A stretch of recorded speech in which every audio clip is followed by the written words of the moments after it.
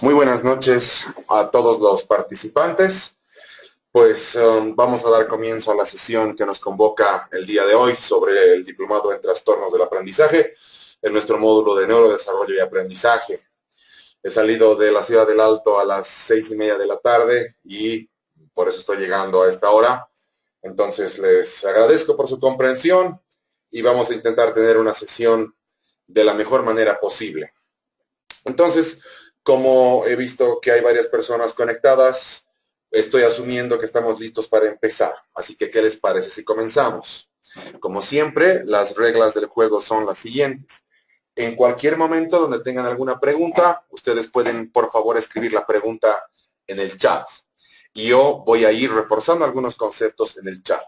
Lo que nos ha faltado discutir de la primera sesión, si no estoy mal, es el concepto de aprendizaje.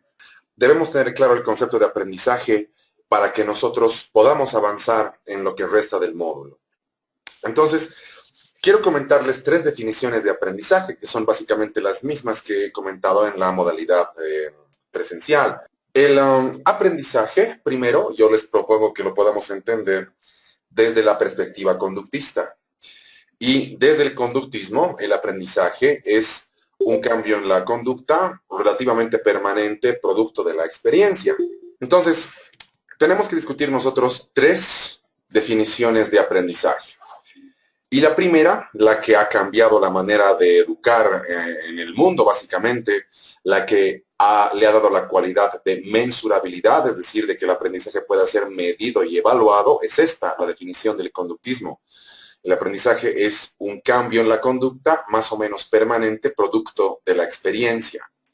Eso quiere decir que hay que planificar o habría que planificar una experiencia para que el organismo aprenda. Y esa precisamente es la lógica de la caja de Skinner. ¿Alguno de ustedes no está familiarizado con la caja de Skinner? Cuando digo caja de Skinner, ¿se me entiende? Entonces, esa ha sido la primera definición de aprendizaje.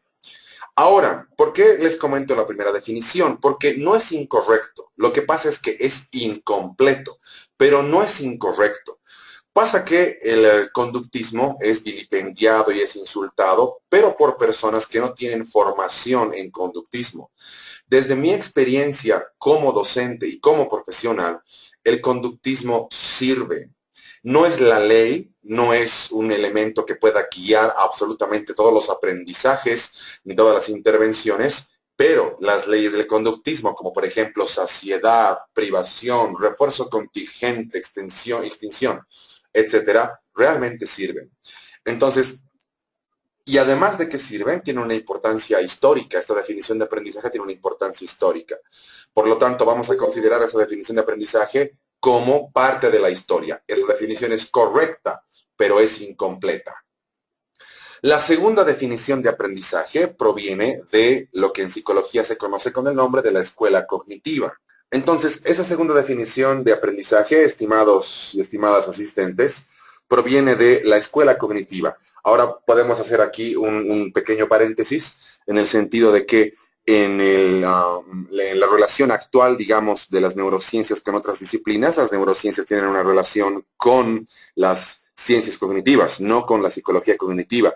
Ha habido un quiebre en los cognitivos, hasta donde yo conozco en Estados Unidos, un quiebre desde la llegada de Noam Chomsky a la escuela cognitiva a mediados de los años 80. Y bueno, los cognitivos, algunos han decidido mantenerse en la psicología, han decidido seguir aportando a la psicología, han decidido mantenerse como parte de la psicología, y eso se siguen llamando, digamos, escuela cognitiva o psicología cognitiva.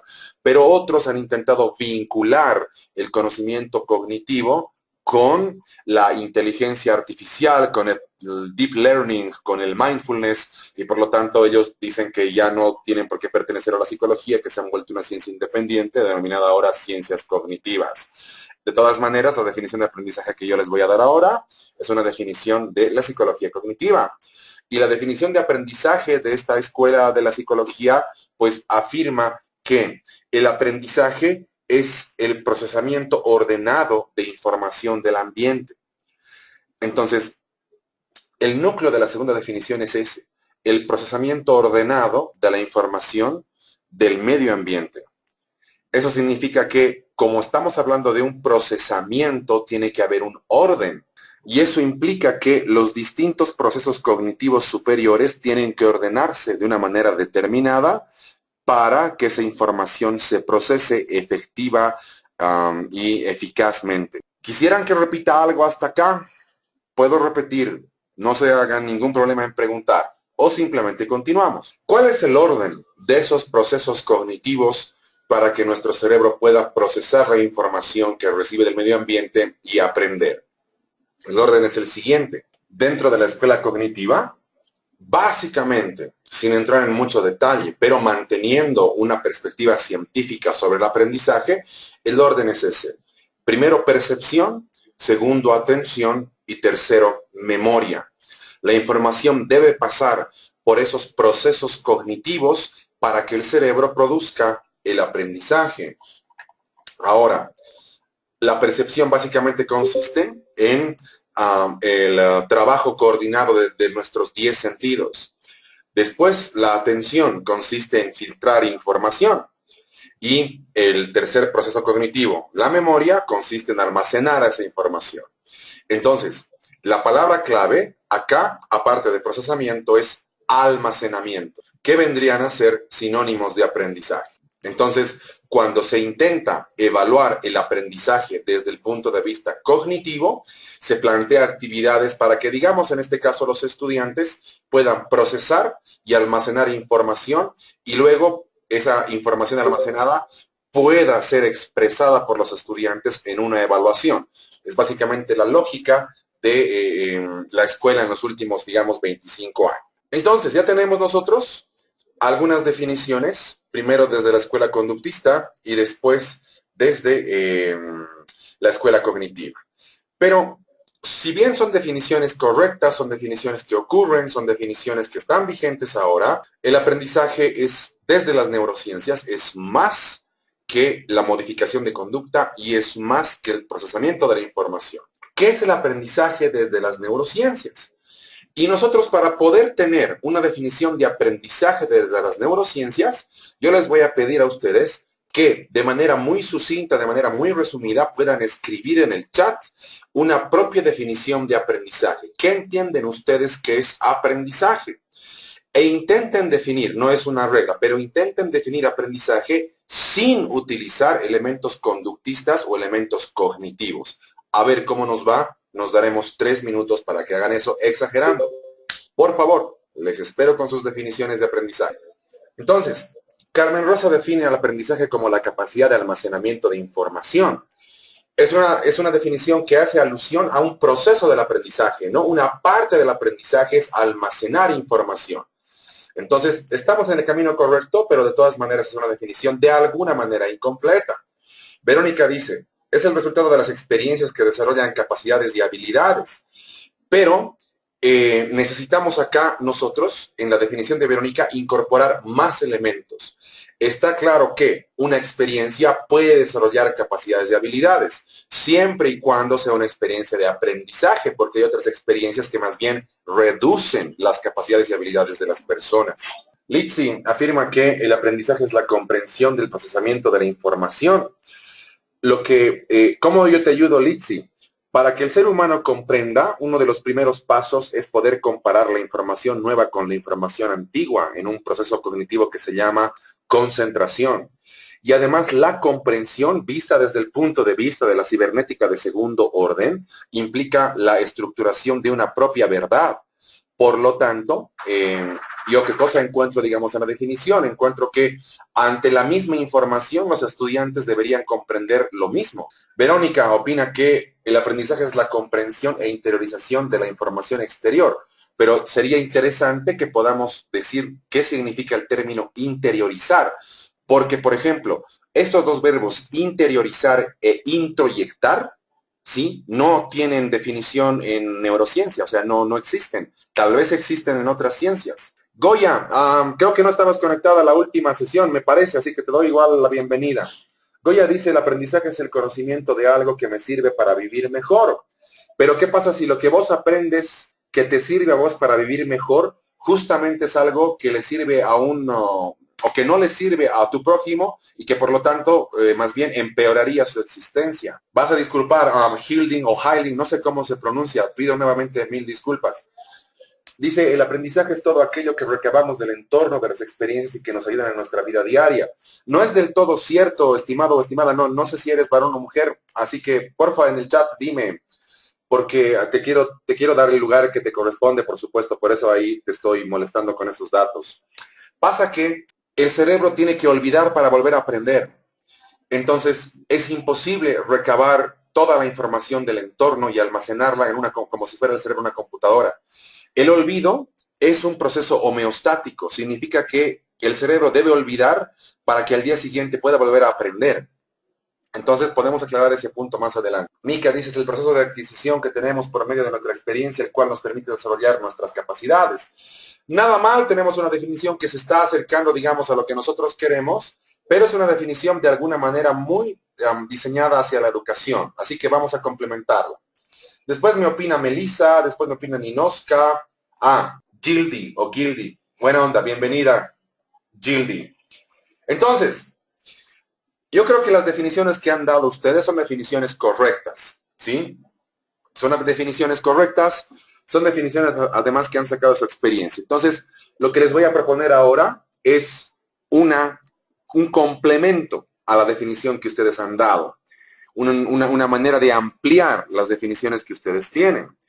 El aprendizaje, estimados y estimadas, desde la neurociencia, es una vivencia que se inscribe en el cuerpo. Las neurociencias, por lo menos desde la escuela en la cual he sido formado, afirman que las neurociencias... estimada Goya, te voy a pedir un favor. Cuando quieras que repita, te pediría que por favor me digas, por favor repita. Y así nos llevamos bien y así tenemos una excelente relación. Si me pones ahí repita, pues me hace pensar que estamos en una escuela de Sarajevo bombardeada, entonces no es la atmósfera educativa que yo quisiera para el posgrado. Pero por supuesto que puedo repetir, claro que sí. El aprendizaje, como acabo de escribir en el chat, es una vivencia que se escribe en el cuerpo, que se inscribe en el cuerpo, y lo puedo volver a hacer, no hay ningún problema. De esta definición de aprendizaje tenemos que rescatar nosotros dos elementos, y vamos a ir desde el final al comienzo. Yendo desde el final al comienzo, el cuerpo. El aprendizaje ocurre en el cuerpo. No va a existir ningún tipo de aprendizaje si es que el cuerpo no está involucrado en el aprendizaje. Es decir, por ejemplo, pónganse a pensar en una clase. Cuando un chico o una chica está atendiendo, el chico o chica atiende con todo su cuerpo. El cuerpo modifica su postura para poder facilitar los procesos atencionales del cerebro. El cuerpo debe estar involucrado en todos los procesos de aprendizaje. Y por lo tanto, en neuropsicología se evalúa las funciones corporales en función precisamente del estado del cerebro. El cuerpo debe estar involucrado o está involucrado en los procesos de aprendizaje. Y lo más importante es el término vivencia. ¿Eso a qué se refiere? Se refiere a que el componente más importante del aprendizaje son las emociones que las personas experimentan al momento de encarar una actividad nueva. El término vivencia, estimados y estimadas, hace referencia a que el componente más importante del aprendizaje son las emociones. Las emociones son las que van a determinar los niveles de aprendizaje, las que van a determinar los niveles de retención, las que van a determinar los niveles de evocación del nuevo contenido. Verónica, no, las emociones no son lo mismo que motivación. La motivación es un constructo psicológico. Las emociones son el cambio neuroquímico que existe en el cerebro cuando el cerebro se somete a nuevas experiencias. Entonces, las emociones pueden ser parte de la motivación, porque la motivación es un constructo psicológico.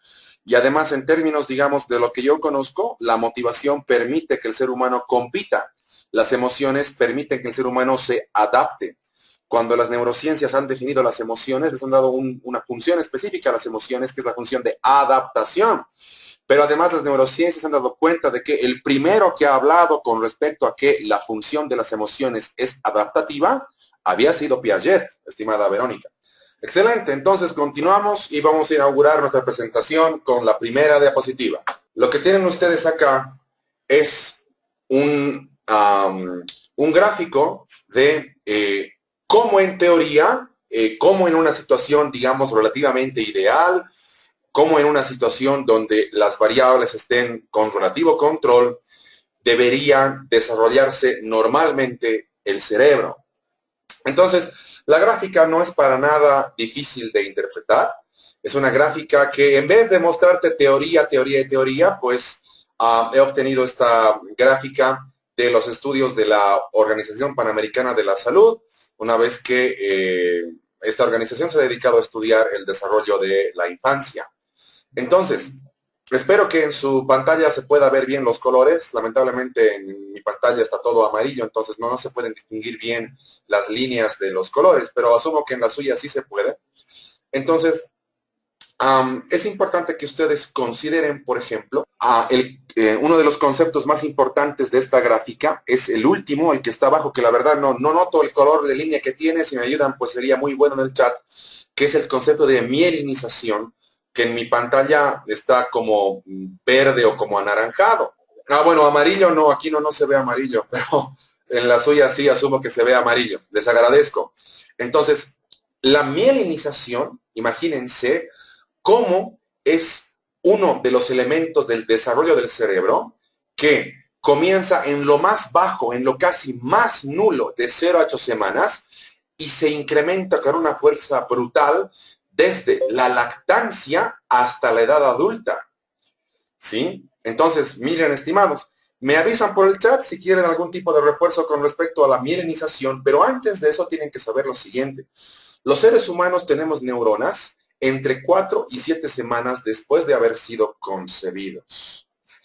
Y los fetos, a partir del 6º mes inclusive, cuando reciben los nutrientes de la sangre de su mamá, van a poder, de la sangre de su mamá, ¿no es cierto? Los fetos, los fetos, van a poder percibir de una manera muy clara los neurotransmisores de su mamá que a su mamá les producen emociones.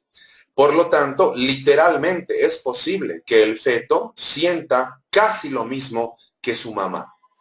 En ese sentido, por ejemplo, ¿cuál es el primer razonamiento de esta diapositiva? Es averiguar si el niño es deseado o no. O más allá de eso, en las entrevistas que hagan con mamás en especial, averiguar cómo ha sido la experiencia de embarazo.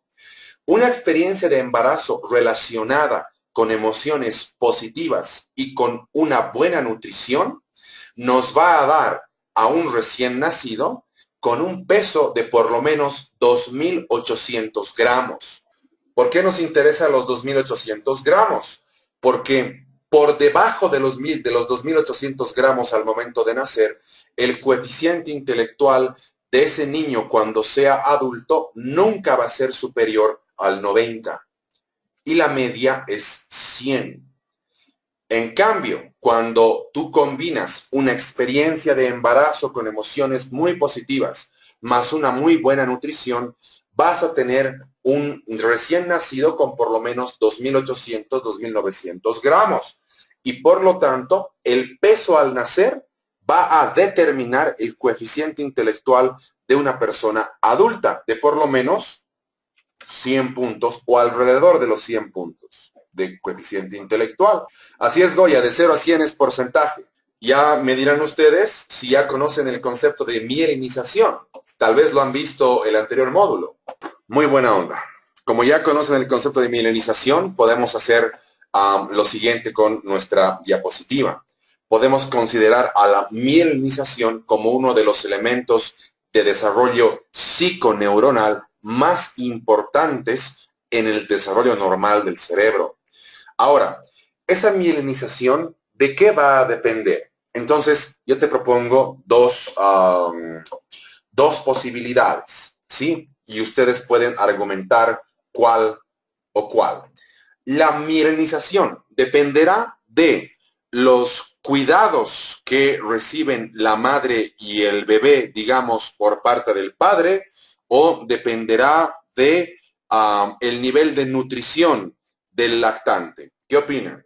Claro que sí, Ninoska. Estamos estudiando el término de mielinización y la pregunta es, ¿de qué depende la mielinización en el cerebro del niño. Depende de los cuidados que reciba de la madre o del padre, qué sé yo, o depende de su nivel de nutrición. Les comento que esa pregunta se ha resuelto antes de 1930 con un experimento desarrollado por un psicólogo que se llamaba Henry Ballon. Así se escribe su apellido, porque era francés. Seguramente en español se pronuncia Ballon, pero quizás en francés se pronuncia Ballon o algo así. Pero Henry Ballon era uno de los más importantes psicólogos estudiosos del afecto y del cerebro a principios del siglo XX. Sus conclusiones, sus intuiciones, incluso la manera de investigar siguen siendo utilizadas ahora en neurociencia, en especial cuando tú quieres estudiar el comportamiento y el desarrollo de los niños. ¿Conocen el experimento que ha realizado Henry Ballon con dos primates, el cual nos va a permitir responder a la pregunta? Bueno, entonces, la hipótesis que, digamos, reinaba en el tiempo de Henry Ballon y que hasta ahora parece que reina, es que los niveles de nutrición son más importantes que los niveles de cuidado del bebé en cuanto a la mielinización de sus neuronas. Henry Ballon no creía en eso, él creía que la ciencia más importante era la psicología, no precisamente la medicina. Y en ese sentido ha diseñado un experimento más o menos interesante, pero digamos cuyas conclusiones han sido refrendadas por la neurociencia. Entonces, deben imaginarse que en el experimento nosotros tenemos a dos primates, el primate 1 y el primate 2, monitos guaguitas, ¿sí? Sin su mamá, el 1 y el 2. Y Henry Ballon ha construido dos armazones de metal, si vale el término, remachados, adornados con cierto tipo de lanas de peluche, armazones de metal que además podían extender y contraer los hombros, armazones de metal que tenían una superficie que generaba calor. Esos armazones de metal querían replicar la figura de la madre primate, eran monos primitivos, digamos, era un robot mono, por ponerle algún nombre, que quería replicar precisamente el lugar de la mamá. Entonces, además, Henry Ballon había diseñado un dispositivo, que imitaba la forma del seno de la mamá para que el monito pueda chupar su lechecita cuando pues tenga hambre. Entonces tenemos dos primates con dos estructuras del tipo que acabo de describir. El primate número 1 va a tener exactamente los mismos niveles de leche y de nutrición que el primate número 2. No hay diferencia de nutrientes ni de cantidad de leche al comenzar el experimento entre ambos primates. Pero después de algunas semanas, el primate número 1 va a empezar a recibir pequeños choques eléctricos al momento de succionar la leche, y la leche va a seguir manteniendo los niveles originales de nutrición. Pero lo que pasa es que cada vez que el monito 1 se acercaba a ese dispositivo parecido al pecho de la mamá mono, iba a recibir pequeños choques eléctricos que paulatinamente se incrementaban en intensidad. Entonces lo que hacía el monito era tomar todo lo que podía, aguantar los choques eléctricos y luego huía de esa madre, digamos, sustituta. Y cuando tenía hambre, se acercaba, chupaba todo lo que podía, aguantaba los choques eléctricos y luego se iba. El mono número 2 tenía una situación distinta. Nunca se le ha disminuido los niveles de nutrientes de la leche, pero sí se ha disminuido la cantidad de leche a lo largo de las semanas. No se ha disminuido el calor que generaba esa mamá mono, no se ha disminuido el hecho de que la mamá mono sea suave, sea muy suave al tacto, el monito esté muy cómodo con su mamá mono. Lo que sí se ha disminuido son los niveles de leche, había menos leche. Y el mono no se iba a buscar leche a otro lugar. Aunque esa mamá mono no tuviese leche, el monito se quedaba al lado y encima de la mamá mono. Cuando han medido los niveles de nutrición, por supuesto que el mono número 1 tenía un nivel de nutrición un poco más elevado, un poco mejor estaba nutrido que el número 2, que el mono número 2. Pero cuando les han puesto a hacer pruebas, como por ejemplo resolver laberintos o armar torres, el mono número 1, el castigado, no ha podido armar nada. En cambio, el número 2, el supuestamente desnutrido, le ha ganado en todas las pruebas de inteligencia al mono número 2. La inteligencia no depende de la nutrición, depende de la relación que un ser humano ha establecido con su madre. Por lo tanto, estimados participantes, pues el grado de mielinización de las neuronas depende de la relación que este niño establezca con su mamá. Por eso les decía, cuando entrevisten a las mamás de niños pequeños, en especial ese tipo de mamás, pregúntenles cómo ha sido la experiencia de embarazo y cómo ha sido el primer año de vida del niño. Hay un libro excelente que se llama El primer año de vida del niño, de René Spitz. Yo lo que puedo hacer es mandar este libro en PDF, o bueno, una versión de este libro en PDF a las personas que muy gentilmente me ayudan acá en el posgrado, y seguramente ellos podrán cargar el libro a la plataforma. Hay otro libro muy interesante que se llama... si no estoy mal en español, podría traducir como El pequeño diario de un bebé, pero el autor es un psicólogo muy importante, al igual que este Spitz o que este Balón que apellida Winnicott. Y este Winnicott, pues, amplía el conocimiento de René Spitz. Puedo mandar los dos. Voy a pedir aquí a las personas que me ayudan mucho que me hagan recuerdo y yo puedo mandar esos archivos por correo. Ustedes los leen, ustedes los critican. ¿Por qué? Porque quiero que me entiendan un elemento, quizás no tiene mucho que ver con el diplomado, pero es importante que lo sepan. ¿Cuál es ese elemento? El elemento es que cuando Balón, Spitz y Winnicott estaban descubriendo esto, nadie les ha dado pelota. Esa es la verdad.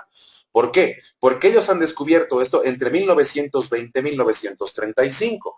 Entonces, ¿qué ocurría en la psicología en esa época? Ocurría que los psicólogos nos dividíamos entre psicoanalistas y conductistas. Entonces, casi nadie le ha dado importancia a este tipo de descubrimientos. A mediados de los años 50 ha aparecido otro psicólogo que yo te diría que es uno de los psicólogos más importantes de la historia en cuanto a neuropsicología infantil. Los estudios de Harlow, estimados y estimadas, han sido aplicados en un país que se llama Finlandia. Y Finlandia desde el 2011 está clasificada como el país que tiene el mejor, repito, el mejor sistema educativo del mundo. Entonces, Harlow aparece a mediados de los años 50, rescatando a Spitz, a Winnicott y a Balón, y propone una disciplina en psicología que se llama psicología evolutiva, y que ahora ha cambiado el nombre, ahora se llama psicología del desarrollo humano. Y justamente cuando surgen las neurociencias, una de las primeras cosas que hacen es intentar confirmar que lo que Harlow contaba que habían hecho Spitz, Winnicott y Balón era verdad. Y por supuesto, casi todo lo que habían dicho era verdad. Entonces ya tienes un conjunto de autores que te pueden servir para estructurar una propuesta teórica, como una tesis, como una monografía, como seguramente te vas a graduar en el diplomado, a partir de estos autores. Y esos dos libros que yo puedo mandar acá al correo del posgrado te van a ayudar mucho a estructurar esa propuesta. Lo que están viendo ustedes en este momento, que yo, pues la verdad veo entre anaranjado y rojo, es una diapositiva donde yo te digo cómo las neuronas van creciendo y se van conectando entre sí de acuerdo a la edad cronológica del niño. Entonces, la sinaptogénesis es un proceso mediante el cual se crean nuevas sinapsis. O sea, sinapsis es la conexión específica entre neuronas y génesis, la aparición de la sinapsis. No hay mucho problema. Entonces, la sinaptogénesis es la aparición de nuevas sinapsis. Y tú, en esta diapositiva, estás viendo el primer gráfico que ha preparado Golgi, que era un investigador italiano, con respecto a cómo las neuronas a lo largo del nacimiento hasta el sexto mes, se van conectando y van creando nuevas sinapsis. Entonces, estas sinapsis, estimados y estimadas participantes, son la evidencia neurofísica, si quieres, del aprendizaje y de todas las capacidades corporales y afectivas del ser humano. No existe capacidad afectiva o corporal o motora, ¿no es cierto?, que no se exprese a partir de sinapsis. En este momento en tu cuerpo existen 100.000 billones de sinapsis.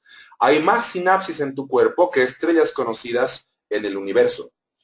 Y esas sinapsis no solamente están ocurriendo en tu cerebro, ocurren a lo largo de todo tu cuerpo. Pero más allá de esos datos, vos tienes acá cómo la corteza cerebral, hasta los 6 meses, digamos, debería hacer crecer o incrementar el número de sinapsis, en especial en el lóbulo frontal. El día de ayer he dado una charla en la UPEA con respecto a neurociencias y violencia, y una de las cosas que comentábamos en esa charla son los efectos de la violencia en el cerebro. Y, por ejemplo, uno de los efectos de la violencia en el cerebro se llama retracción sináptica. Es el hecho de que las neuronas en un cerebro que vive violentado, las neuronas van a eliminar las sinapsis que tienen con otras neuronas. Cuando un cerebro, en especial de un niño, está sujeto a violencia física, psicológica, estructural, económica, etcétera, las neuronas dejan de hacer sinapsis. ¿Y cuál es el efecto de que las neuronas dejen de hacer sinapsis? Que la masa cerebral de ese cerebro disminuye. Entonces, un marcador importante de coeficiente intelectual en la adultez es el hecho de que si el niño se ha criado o no en una atmósfera violenta. Por ejemplo, lo que seguramente van a aprender ustedes o ya han aprendido y seguramente en este diplomado se les va a enseñar, es que el diámetro del cráneo es un marcador de desarrollo porque el diámetro del cráneo debe ser proporcional al crecimiento del cuerpo, porque eso implica que el cerebro está creciendo en masa. ¿Y qué implica eso? Implica mayor conexión de sinapsis, mayor conexión neuronal. Un cerebro que vive violentado disminuye su masa. Es más pequeño que los cerebros de niños que no viven con violencia. Aquí noto mejor un poco las líneas. Miren, en términos de neurodesarrollo infantil, hay un término que se está empezando a estudiar que se llama ventana de oportunidades. Entonces, yo quisiera dirigir tu atención hacia los picos más altos de las curvas. Por ejemplo, el pico sensorial, la curva de información sensorial, yo la tengo aquí de color amarillo, que son los sentidos, ¿no? Que en la diapositiva dice vista y oído. La curva de desarrollo del lenguaje, yo la veo en mi máquina más o menos como verde o azul. Y la curva de funciones cognitivas superiores, justo las que hemos nombrado en el aprendizaje, ¿me ubican? Atención, percepción, memoria, etcétera. A eso se refiere la curva de funciones cognitivas superiores. La tengo un poco como rosada. ¿Se pueden distinguir ambas curvas en sus computadores? Ya. Entonces, Sí. ¿a qué hace referencia? ¿A qué hace referencia la ventana de oportunidades?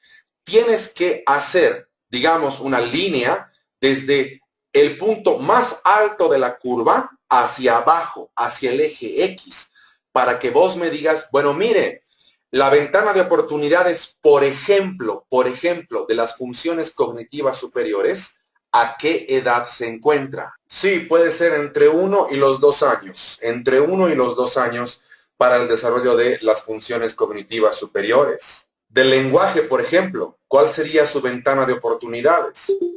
6, 7, pero ¿qué cosas? Así es, meses. Y la ventana de oportunidades de desarrollo sensorial, yo diría un poco después del nacimiento, ¿no? Digamos desde el primer al segundo mes. Claro, cercano al nacimiento, por supuesto, así es. Entonces, ¿a qué hace referencia el término de ventana de oportunidad? Hace referencia a edades críticas. Eso quiere decir que en esas edades, lo más importante es lenguaje, funciones cognitivas, o desarrollo sensorial. A eso me refiero. Hay edades críticas, estimados participantes, en el desarrollo de las capacidades neuropsicológicas de los seres humanos. Hay edades críticas. Como estás viendo, las líneas no son ascendentes. Las líneas están en forma de curva, lo cual implica que si en una edad crítica no has estimulado algún tipo de habilidad, más adelante es más complicado hacerlo. Las curvas nunca desaparecen, pero sí descienden. Por lo tanto, hay edades absolutamente críticas, ya sea para el desarrollo sensorial, para el desarrollo del lenguaje o para el desarrollo de las funciones cognitivas superiores. Ahora, una vez que hemos comprendido el término de ventana de oportunidad relacionado con edades críticas, la pregunta es la siguiente. De estos tres elementos que ves en la diapositiva, ¿cuál podría ser el más importante? ¿Cuál podría ser el elemento que denota desarrollo en los tres? No son las alacitas, Beatriz, para que sean todos. No, no es suerte sin blanca. Bueno, ahora por descarte, claro que sí. El lenguaje, muchachos, el lenguaje. Entonces, Verónica, mira, en la diapositiva nosotros tenemos tres elementos que denotan el neurodesarrollo, que componen el neurodesarrollo de una persona, digamos, neurotípica, o sea, una persona normal. Entonces, hemos estudiado el término de ventanas de oportunidad, que hace referencia a edades críticas para desarrollar sensorialmente una persona, en términos de lenguaje de una persona y en términos de funciones cognitivas superiores. Hay mucho lío. Pero, ¿cuál es el elemento de los tres que denota desarrollo en las tres funciones? En los tres elementos, ¿sí? ¿Qué cosa se puede evaluar, Verónica, de una manera más o menos rápida, más o menos cara a cara, que denota, que es la evidencia de que ese niño tiene un desarrollo acorde a su edad? Esa es la pregunta, Verónica. Y el elemento que subsume, el elemento que integra a los demás es el lenguaje, Verónica. En especial, por supuesto, el lenguaje verbal. A eso me refiero. No, no tienes que pedir perdón, Verónica, estoy aquí para ayudarte. No, no soy un sacerdote que te va a pedir después algún tipo de ofrenda. No, tú tranquila, pregunta lo que quieras. Gildy, tú dices el lenguaje desarrolla todo lo demás. No. Y la respuesta sería sí y no. Sí, porque un lenguaje acorde a la edad cronológica implicaría funciones cognitivas y desarrollo sensorial de acuerdo a la edad cronológica también. Y no, porque para que el lenguaje se desarrolle necesitas desarrollo sensorial y desarrollo de funciones cognitivas superiores. No pienses en línea, piensa en sistema. Ninoska, pues depende a quién preguntas y desde qué perspectiva uno puede definir lenguaje o comunicación. Aquí nosotros definimos lenguaje como lenguaje verbal. La capacidad del niño de hablar, de repetir palabras, de saber que las palabras tienen un significado, de incrementar su vocabulario en la medida en que va creciendo. Nos interesa más lenguaje que comunicación. En el caso de los niños sordos, yo creo que habría que hacer una excepción, pero solamente desde mi punto de vista, en cuanto y en tanto los niños aprendan a comunicarse de alguna otra manera que no es el lenguaje verbal. De todas maneras, el lenguaje como elemento en la comunicación de necesidades no cambia. El incremento en la capacidad de mover las manos, por ejemplo, para expresar ideas o palabras, podría ser otro marcador en esos niños. El lenguaje y las funciones cognitivas superiores se retroalimentan, pero el elemento más importante en la diapositiva es el lenguaje, no las funciones cognitivas. Por ahora no, Ninoska, por ahora no, porque estamos hablando de 3 a 6 meses de edad. Entonces, a esa edad, pues es complicado que tenga que ver un niño con lectura y escritura. Estamos hablando en ese rango de edad. Acá ustedes tienen los elementos más importantes que impactan un cerebro en desarrollo, ¿sí? Entonces, ustedes tienen que el elemento que sostiene al desarrollo del cerebro en cuanto a mielinización, crecimiento de masa, etcétera, son los cuidados que el bebé recibe. Es el afecto que el bebé recibe. son las emociones que se establece en el primer contacto entre el bebé y en especial su mamá o la persona que juegue el lugar de mamá. Los cuidados son el sostén. Obviamente no es lo único que afecta el desarrollo del cerebro de un niño.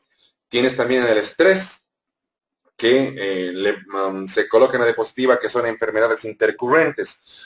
¿Por qué se llaman enfermedades intercurrentes? Porque hay que hacer referencia a, por ejemplo, estructura familiar, el nivel de trabajo del padre, el nivel de educación de los padres, el acceso a la vivienda, el acceso a educación, a servicios básicos que proporcionan un nivel de estrés importante, digamos, en las familias de nuestro contexto, y por lo tanto ese nivel de estrés familiar también afecta el desarrollo del cerebro de un niño neurotípico, o sea, un niño normal.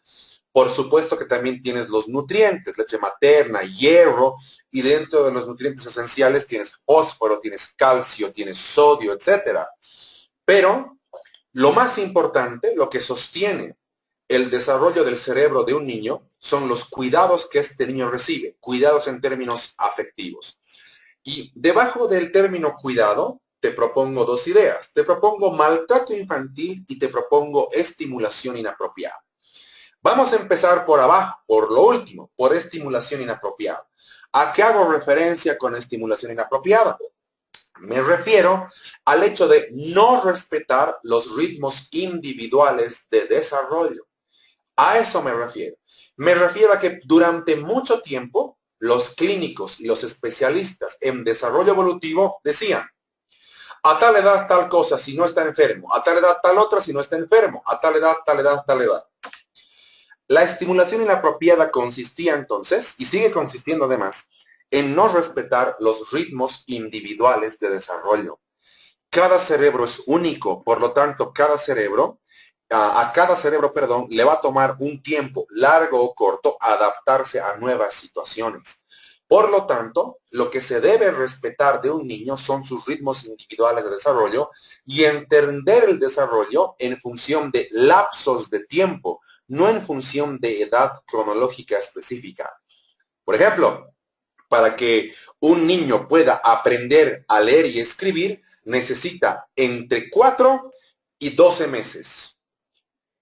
El hecho de que el niño tenga 5, 6 o 7 años es de alguna manera irrelevante.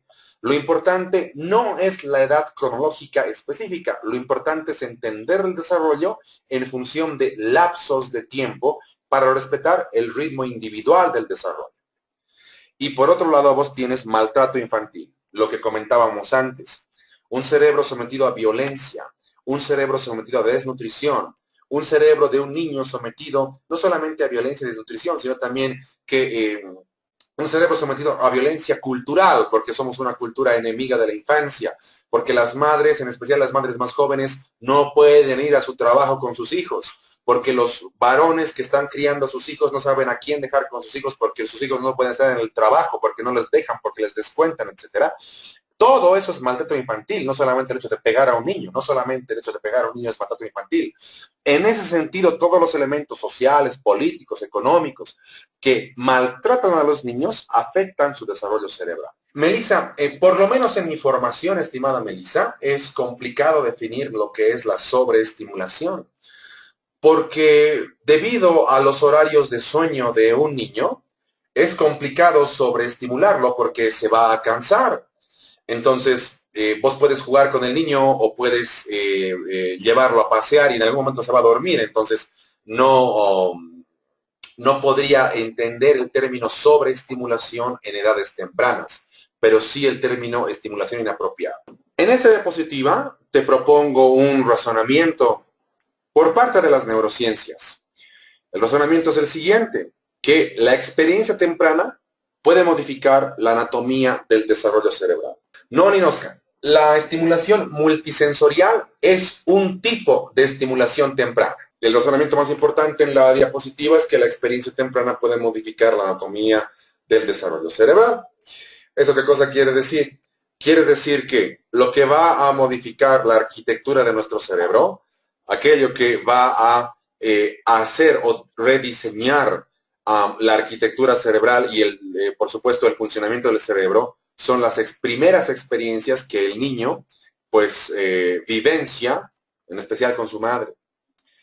Entonces, si tú puedes dirigir tu atención al gráfico de la derecha, pues tienes dos tipos de cerebros, ¿no? Ambos pertenecen a lactantes. Un cerebro normal a la izquierda y un cerebro privado de estímulos afectivos a la derecha. Entonces, quiero que te fijes además preferentemente en las regiones teñidas de color rojo. Yo aquí, la verdad, veo un tipo de verde oscuro o anaranjado. Asumo que es de color rojo que tú estás viendo. Entonces, en el cerebro de un niño normal significa que está recibiendo leche y que está recibiendo afecto, el área roja implica sinaptogénesis, es decir, la aparición de nuevas sinapsis en el cerebro que van a determinar su capacidad de aprender, de ejecutar habilidades, sobre todo de sonreír. En cambio, un cerebro de un lactante a la derecha, ese cerebro, está recibiendo leche, se lo está nutriendo, pero no está recibiendo el tipo de afecto apropiado. Entonces, ubica las diferencias en cuanto a sinaptogénesis. Cintia, tu pregunta es una pregunta excelente, tu pregunta es una pregunta brutalmente importante. Hay un término en neurociencias que se llama emociones autoconscientes. Las emociones autoconscientes se dividen, digamos, básicamente en dos grupos, Cintia. Emociones autoconscientes negativas y emociones autoconscientes positivas. Dentro de las emociones autoconscientes positivas de un adulto, tú tienes altruismo, solidaridad, esperanza y resiliencia. Dentro de las emociones autoconscientes negativas de un adulto, tienes envidia y vergüenza. Ser criado con poco afecto hace que el adulto desarrolle emociones autoconscientes negativas más que positivas. El cerebro de un adulto criado sin afecto es un cerebro envidioso y con vergüenza. Por lo tanto, destructivo. Bueno, Livia, el uso del biberón, seguramente habrá que dar biberón cuando la mamá esté cansada o cuando esté un poco lesionada, porque algunas madres con las cuales yo trabajo en algún momento me han reportado que les duele mucho, el pezón está muy sensible, entonces les duele mucho que el bebecito al momento de succionar la leche masque. Pero en realidad, yo creo que tu pregunta pues me remite a una idea igual de importante. Es preferible la lactancia al biberón. Esta es, digamos, se llama la gráfica de coordenadas del neurodesarrollo infantil. ¿Sí? Dentro de esta gráfica de coordenadas del neurodesarrollo infantil, ustedes tienen precisamente 4 cuadrantes, ¿no? El desarrollo sensorial, el desarrollo motor, el desarrollo del lenguaje y el desarrollo de la socialización. Desarrollo sensorial, el desarrollo de los sentidos, el hecho de que el niño, en especial hasta los 2 o 4 años inclusive, aprende a partir de explorar el ambiente y aprende a partir de poner en juego sus sentidos. No aprende a partir de la lógica. Eso lo puedes leer, por ejemplo, en un libro que se llama 6 estudios de psicología de Jean Piaget, que si eres psicólogo y no has leído ese libro, entonces pues no mereces vivir, porque no eres psicólogo realmente si no has leído a Piaget. Después, a la derecha tú tienes el desarrollo motor, ¿sí? El desarrollo de todas las posibilidades de movimiento. Cuando nosotros encaramos el desarrollo motor, estimados participantes, nosotros nos referimos al movimiento como una expresión de las emociones, no solamente como el traslado de un objeto en el espacio, para nada. Siempre el movimiento tiene una fuerte implicación con las emociones. Después del desarrollo motor, tú puedes llegar al desarrollo del lenguaje y, como hemos dicho nosotros, el lenguaje es el integrador del desarrollo sensorial y de las capacidades cognitivas. Pero en este cuadro, digamos, que podemos utilizar para ampliar y complementar ese conocimiento, tenemos abajo a la derecha, en un color ahí medio, por lo menos en mi pantalla, digamos, de color celeste, que es el desarrollo de la socialización. Entonces, el hecho de que el bebé, por ejemplo, sonría es un gran logro en su desarrollo humano. Entonces, es bien importante acá que yo haga un paréntesis antes de explicar el punto que yo tengo de color rosado. ¿Cuál es el paréntesis? El paréntesis es que la sonrisa no es una conducta. Entonces, ¿qué es la sonrisa? La sonrisa es un hito en el desarrollo. ¿Qué significa que la sonrisa sea un hito en el desarrollo? Que marca la entrada a más complejas etapas del desarrollo. Por ejemplo, el hecho de que ustedes hayan defendido su tesis de licenciatura, digamos, para entrar al diplomado, digamos que ese ha sido el proceso mediante el cual han entrado al diplomado, digamos, ¿no? Entonces, el hecho de que hayan defendido su tesis de licenciatura, la defensa no es una conducta, es un hito del desarrollo porque abre el espacio para acceder a etapas de desarrollo más complejas, como puede ser este curso de posgrado. Exactamente lo mismo ocurre con la sonrisa. La sonrisa no es una conducta. La sonrisa es un hito en el desarrollo, es un marcador del desarrollo. Es un hito porque abre nuevas etapas en el desarrollo evolutivo. Y volviendo ya a nuestro tema, volviendo a la diapositiva, lo que sostiene los otros tipos de desarrollo es el desarrollo emocional. El sostenedor, el eje del desarrollo, es el desarrollo emocional. Entonces, pasa lo siguiente, estimados participantes. Pasa que en los países en vías de desarrollo, la cultura y la sociedad están en general diseñadas para estimular a los niños en cuanto a su desarrollo sensorial del lenguaje, socialización y desarrollo motor. Y se hace una poca o nula incidencia en el desarrollo emocional de las personas, en el desarrollo humano, en humanizar a las personas. Nos interesa más trabajadores que sean efectivos, que sean buenas personas. Nos interesan docentes que sepan explicar mejor y que no sean buenas personas. Nos interesan dirigentes que nos hagan conseguir cosas a que sean buenas personas. Nuestra pirámide del desarrollo está invertida si la comparamos con países más desarrollados que nosotros. Entonces, por lo menos en mi experiencia, un poco en París y más en Londres, la pirámide del desarrollo está en función del eje del desarrollo emocional, de los valores, de las actitudes, del desarrollo personal humano de la gente. Y sobre ese desarrollo personal humano es que recién la educación empieza a dar habilidades, destrezas, conocimientos, lo que ustedes quieran.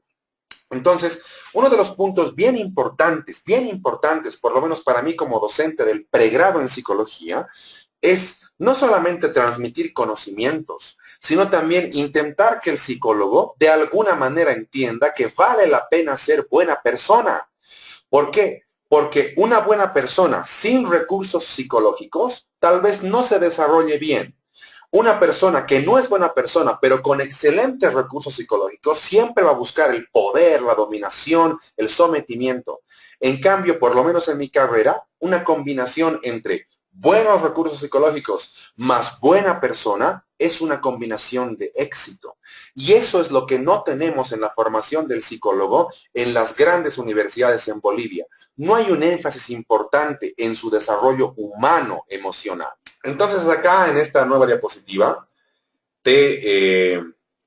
digamos, hago un poco más de énfasis en la estrategia que te comentaba antes, ¿no? En la medición del diámetro, bueno, en este caso el perímetro cefálico, que es la evidencia de que el cerebro está aumentando su masa. Pero vamos a ir por partes, no se preocupen. Entonces, a la izquierda, ustedes tienen las distintas etapas de desarrollo del cerebro, ¿sí? ¿Qué diferencia notan entre esos cerebros más allá del tamaño? Así es, los surcos o las circunvoluciones o los giros, muy bien. Entonces, en la medida en que el cerebro aumenta de tamaño, van a aumentar los surcos o las circunvoluciones. Muy bien. Y eso es lo que les quiero enseñar. Las circunvoluciones son evidencia del incremento del número de neuronas. Eso quiere decir que a mayor surcos o a mayor cantidad de surcos o circunvoluciones, existen mayor cantidad de neuronas en el cerebro. Por lo tanto, al existir mayor cantidad de neuronas, obviamente el cráneo tiene que expandirse por una regla de la física, ¿no es cierto? Porque dos objetos no pueden ocupar el mismo espacio. Entonces, es por eso que la medición del perímetro cefálico es una de las más importantes técnicas para saber si el cerebro está creciendo de acuerdo a lo esperado para las edades cronológicas. Entonces, lo que yo quisiera como tarea, por ejemplo, para el siguiente martes, es que ustedes se familiaricen con cuánto de perímetro cefálico deben tener los niños de acuerdo a los meses de nacido. Eso díganme para el siguiente martes. Mire, a los 2, tantos centímetros, a los 3 meses, tantos otros. Esa medida es importante que tú la puedas investigar. No te va a tomar más de media hora adquirir ese conocimiento. En esta diapositiva, pues, claro, Selma, ¿puedo repetir la tarea? Claro que sí. Quisiera que para la siguiente sesión ustedes puedan averiguar cuál es el perímetro cefálico apropiado según los meses desde que el niño ha nacido. Selma, quisiera que me digas que para el primer mes, por ejemplo, el perímetro cefálico aceptado es X, que para el cuarto mes, el perímetro cefálico aceptado es Y. Eso es, estimada Selma. En esta diapositiva, pues, te doy algún tipo de estrategia que tú ya puedes deducir con respecto a cómo optimizar el desarrollo infantil. Estas estrategias son importantes porque no requieren una preparación terriblemente importante por parte de los padres. Pero más allá de eso, he preparado estas estrategias porque he pensado que tú como especialista puedes generar cierto tipo de interacción positiva con los padres al momento de enseñarles estas estrategias. Entonces, nos vamos a quedar en esta diapositiva por, yo diría, unos 15 minutos. ¿Por qué? Porque las dos primeras estrategias son absolutamente importantes. Nutrición apropiada y reconocimiento de signos de alarma, obviamente que también lo son, pero las dos primeras son importantes para el módulo que yo les estoy enseñando. Entonces, por ejemplo, en reconocimiento de signos de alarma, yo diría que el principal signo de alarma en el desarrollo de un niño es la ausencia de, respóndanme eso, es la ausencia de la sonrisa. La ausencia de la sonrisa genera un cuadro patológico descubierto por un psicólogo de apellido Bowlby, y ese cuadro patológico se llama marasmo. Yo te recomiendo una cosa y te recomiendo, digamos, desde el punto de vista profesional. Entra a imágenes del Google y pon en imágenes del Google marasmo. El marasmo es la expresión facial genuina de tristeza en los niños. La ausencia de sonrisa puede indicar marasmo o puede indicar autismo. Pero no me voy a meter en lo patológico porque entiendo que hay módulos que te van a enseñar a reconocer precisamente los signos de alarma a lo largo del diplomado. Entonces, ¿cuál es mi recomendación desde nuestro módulo? La ausencia de sonrisa es uno de los principales, porque no el principal marcador como signo de alarma. Cuando los niños no sonríen, en especial, entre otros elementos, puede que se estén desarrollando autismo o marasmo. Es muy importante que tú veas las expresiones faciales relacionadas con marasmo para que entiendas que el marasmo es la expresión genuina de tristeza. Uno de los elementos más terribles del marasmo es que antes se pensaba, hace 20 años, que el marasmo solamente ocurría en niños que se habían criado dentro de orfanatos. Los científicos que no incorporaban neurociencia en sus investigaciones pensaban que un niño marasmático no podía ser un niño que tiene padres. Por lo tanto, solamente investigaban marasmo en los orfanatos.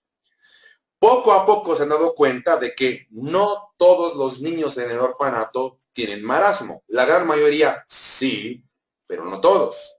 ¿Eso qué ha significado? Ha significado que se pregunten a principios de los 90, ¿no será que los niños que tienen papá podrían tener marasmo?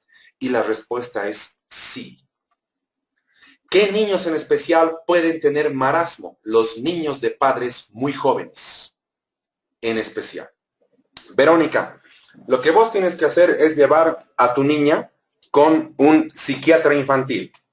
Entonces, 2 psiquiatras infantiles te pueden ayudar mucho, Verónica, si vives en la ciudad de La Paz. Simplemente busca sus nombres en el Google, por ejemplo, Edil Escobar, Consultorio La Paz, o Gastón Schmidt, Consultorio La Paz, porque les he perdido el rastro desde que he vuelto de Inglaterra. Son mis amigos, pero no me he comunicado con ellos. Son excelentes neuropsiquiatras infantiles y ellos pueden confirmar el diagnóstico. Yo te aconsejo que los lleves o lleves a tu niño a esos 2 profesionales. No, porque Litsi, le estoy respondiendo a Litsi, no, porque se ha detectado marasmo en niños bien nutridos. Como te digo, el marasmo es la expresión genuina de tristeza, porque es como si existiera un divorcio entre los padres y el niño. Entonces, los padres no buscan al niño para darle afecto, no buscan al niño para darle cariño. Entonces, Verónica, si el doctor Smith te ha dicho que tiene autismo, yo le creería. Si tú recuerdas que tu niño sonreía, es probable que tú hayas visto el primer tipo de sonrisa, que es sonrisa anticipatoria, porque en general lo que no se presenta en autismo es sonrisa social. Así es, Livia. Quizás quieres que te aclare. No sé exactamente lo que quieres. Estoy asumiendo que quieres que te aclare. Entonces, los padres jóvenes, en especial los que son menores de 26 o 25 años, no están preparados psicológicamente para criar niños porque en general no son independientes económicamente.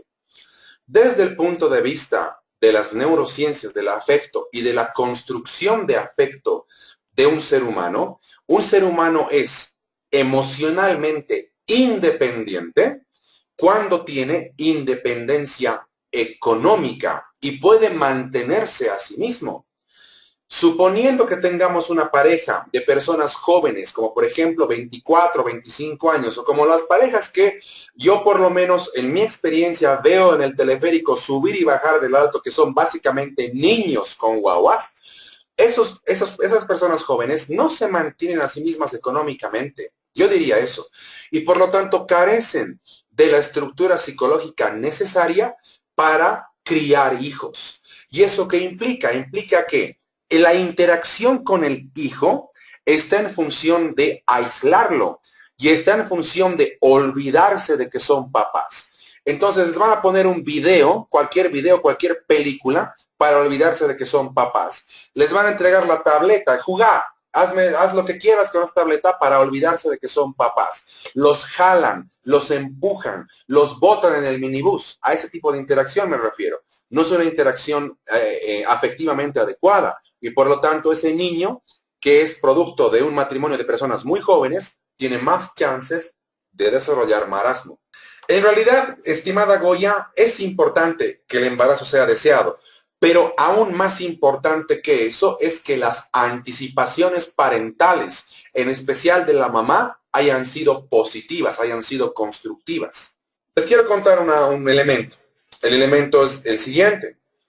Yo diría que durante casi 100 años, la psicología, la psicopedagogía, la neuropsicología, incluso las neurociencias, pues no sabían casi nada del juego o de la importancia del juego. No sabían. Es más, subestimaban el juego. Es más, yo diría que la ciencia que más ha subestimado la importancia del juego son las ciencias de la educación. ¿Cuál es la evidencia? La evidencia es que cuando los cientistas en educación han diseñado los currículums educativos, han pensado que había que sacar el juego del aula y por lo tanto han creado una ridiculez denominada recreo. Y han pensado que en el recreo se juega y en el aula se trabaja. Y ese tipo de ridiculización, de subestimación del juego, se ha expandido a la psicología, a la psiquiatría, a las neurociencias, etcétera. Porque nosotros, como profesionales de personas, no nos han formado en cuanto a la importancia del juego. Entonces ahí renace la figura de uno de los psicólogos que hemos nombrado. Harlow es uno de los primeros psicólogos que habla de que el trabajo del niño, ¿cuál es? Exactamente.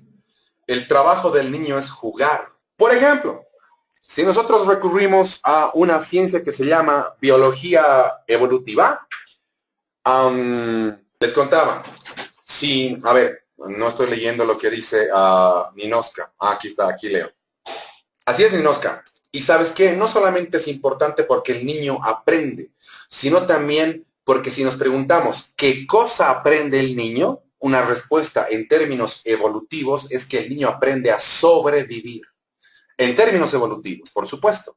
Entonces les contaba, hay una ciencia que se llama biología evolutiva. Y esa ciencia que se llama biología evolutiva ha empezado estudiando el comportamiento de los animales. Un descubrimiento bien interesante con respecto al comportamiento de los leones es el siguiente. El papá león, imagínate que está jugando con el cachorro león, algo así como en la película del Rey León, el Mufasa y el Simba, ¿no? Están jugando. Entonces, lo que dice esta ciencia que ocurre es que el león, el papá león, intenta imitar el comportamiento de huida de una presa para estimular el instinto de caza del cachorro león. Pero eso no es lo más interesante. Lo más interesante es que el papá león finge dolor cuando el cachorro león le muerde. ¿Por qué? Porque el papá león instintivamente sabe que el cachorro león tiene que causar dolor para causar la muerte de su presa. Entonces, no es lo más interesante que el padre león juegue con su cachorro león para enseñarle a cazar. Lo más interesante es que finja dolor cuando le muerde. Ahora, finge dolor porque la piel del león es muy gruesa, o sea, el papá león, además una bestia de toneladas de peso, no podría pues sentir dolor si le masca un gato, pero finge que está sintiendo dolor. Cuando nosotros nos referimos al juego, tenemos que entender de que como profesionales en ciencias humanas hemos subestimado el valor del juego y lo hemos apartado de cualquier tipo de aprendizaje. Cuando alguien decía, es que hay que aprender jugando, nos decía, puta, qué raro, el juego será lo último que utilizaremos para el aprendizaje. Cuando en realidad el juego siempre va a ser parte del desarrollo evolutivo. No existe etapa en el desarrollo evolutivo de las personas donde no se juegue. Y además no debes entender el juego solamente a partir de juegos de video o solamente a partir de una actividad lúdica de diversión. Debes entender el juego como intercambio de miradas, intercambio de toques, intercambio de abrazos, donde el cuerpo interviene en esa actividad. Y en ese sentido, el juego nos enseña a sobrevivir. Hay un psicólogo muy importante que apellida Kohlberg. Kohlberg ha estructurado una muy interesante y excelente teoría sobre el desarrollo moral. Sería muy bueno si ustedes lo que pueden hacer es escribir algo, estructurar algún tipo de escrito, tesis, monografía, lo que les pidan en el diplomado, en cuanto a desarrollo moral. Es muy interesante la teoría de Kohlberg.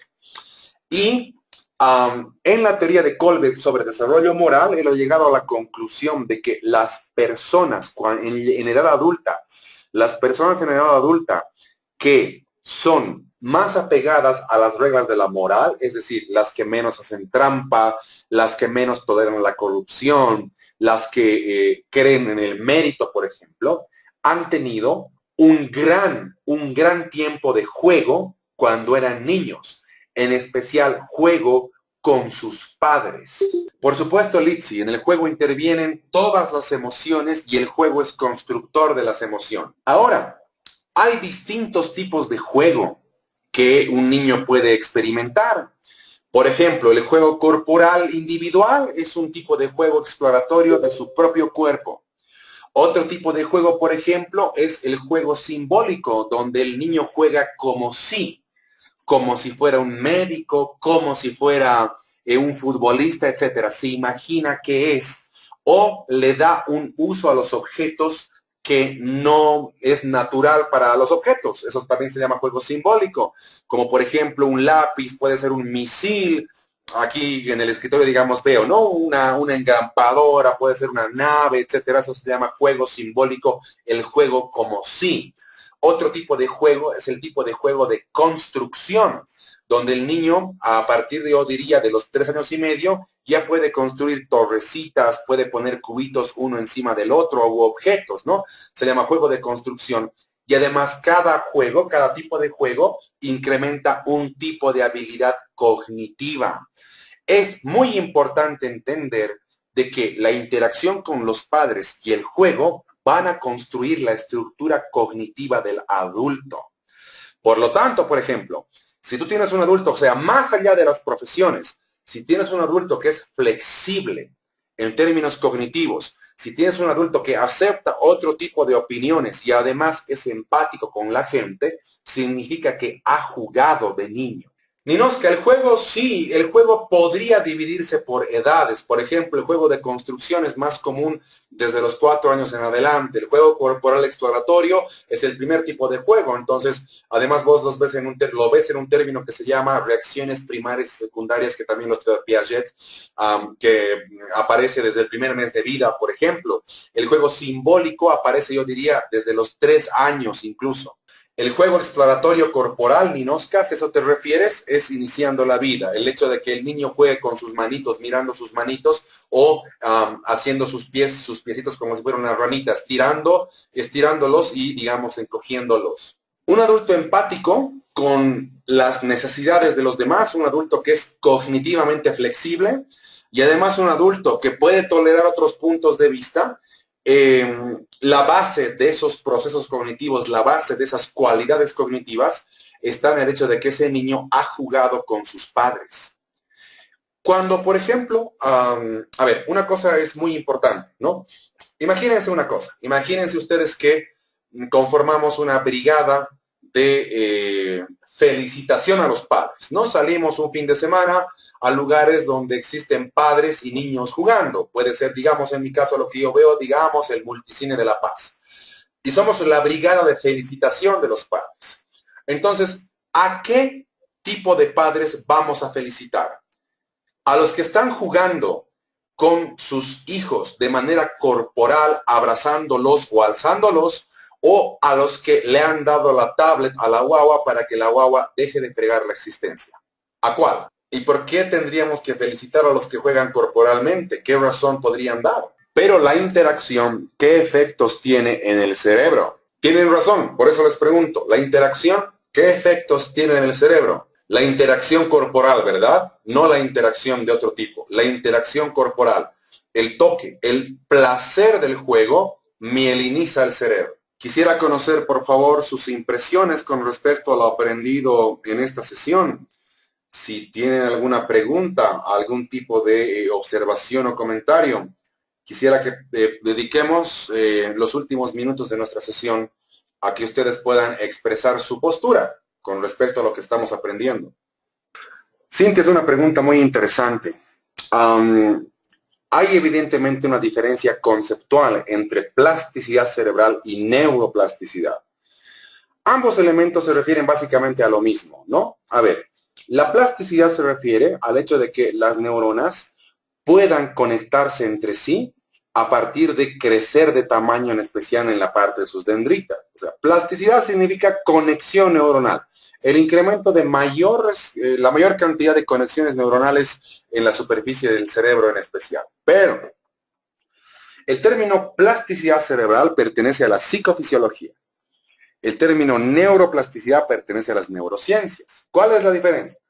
La diferencia es que en psicofisiología se entiende de que las neuronas transmiten información cuando están conectadas. Nada más. Se pasan impulsos eléctricos. Entonces, cuando una neurona se ha conectado con otra y esa conexión es nueva, se entiende que ambas neuronas se han movido, ahora están conectadas y por lo tanto se habla de plasticidad porque se transmiten información, básicamente impulsos eléctricos. En cambio, la neuroplasticidad te dice, ¿sabes qué? Cuando las neuronas están conectadas, no solamente se pasan electricidad o se transfieren información, las neuronas codifican y decodifican información. Esa es la diferencia.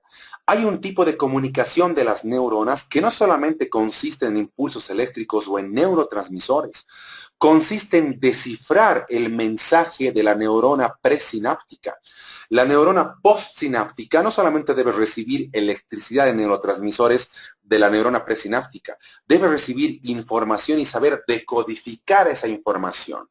Y eso es lo que sucede cuando uno, por ejemplo, lee un artículo y dice, puta, qué interesante este artículo, pero qué términos medio extraños que tiene, los intentaré comprender. A eso se refiere el término de neuroplasticidad, a la codificación y decodificación de la información de las neuronas. Ana Paola, que yo conozca no solamente los fundamentos de la educación emocional, sino también todos los referidos al desarrollo afectivo de los niños. Por ejemplo, estimada Ana Paola, hay un proyecto en Chile que se denomina la multiversidad, que es un proyecto de educación superior, pero que no se llama universidad, se llama multiversidad, que es liderado, hasta donde yo conozco, por un excelente biólogo chileno de apellido Maturana. Y en esta multiversidad, por ejemplo, las paredes de las aulas, hasta donde yo conozco, yo no he ido, pero hasta donde yo conozco o he leído, las paredes de las aulas ya no existen.